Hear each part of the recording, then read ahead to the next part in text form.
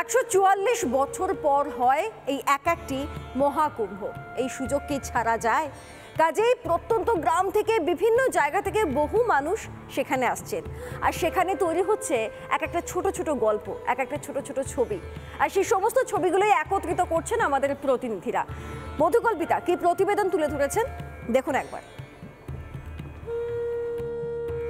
দেশের এই মুহূর্তে প্রয়াগরাজে আর তারা বিভিন্ন দেশে বিভিন্ন ভাবে এই মুহূর্তে প্রয়াগের ত্রিবেণী সঙ্গমে তারা আসছেন মহেন্দ্রক্ষণের অপেক্ষায়।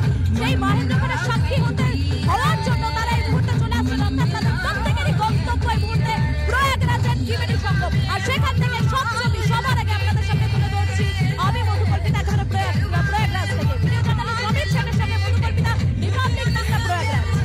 নানা ধরনের কন্টেন্ট দেখার জন্য লাইক করুন, শেয়ার করুন আমাদের ফেসবুক পেজ, সাবস্ক্রাইব করুন আমাদের ইউটিউব চ্যানেল।